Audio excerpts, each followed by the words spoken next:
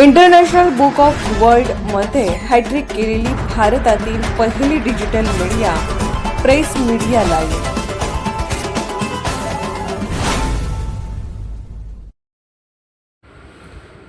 जुन्या वादातून खोतवाडी तारदाळ परिसरात तुफान राडा.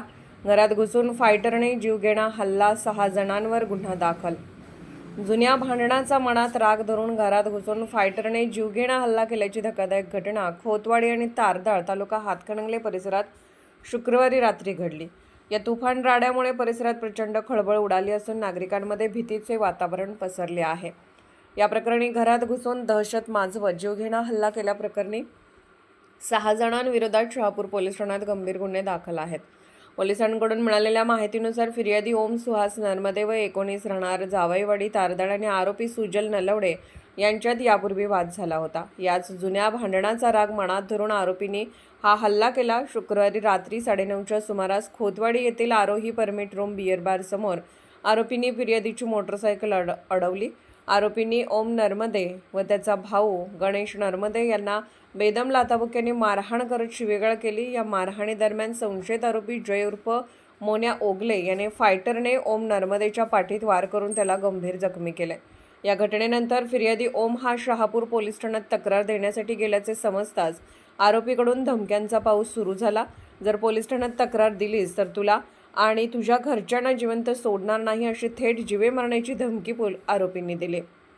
एवढेच नव्हे तर तारदाळ गावच्या सरपंचाचे पती तथा सामाजिक कार्यकर्ते रणजित पवार यांनाही फोन करून जीवे मारण्याची धमकी देण्यात आल्याची धक्कादायक माहिती समोर आली आहे.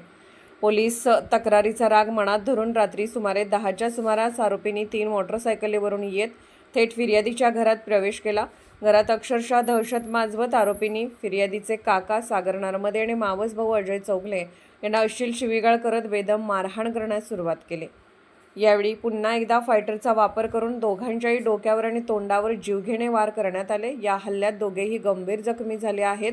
या संपूर्ण प्रकरणाची शहापूर पोलिसांनी गंभीर दखल घेतली असून सुजल नलवडे, जय उर्फ मोन्या ओगले, यश ओगले, हेमंत मुसळे, युवराज उर्फ प्रतिम खांडेकर आणि विजय शिंदे सर्व राहणार खोतवाडी या 6 जणांविरोधात भारतीय न्याय संहितेच्या BNS विविध गंभीर कलमान्वये गुन्हा दाखल केला आहे.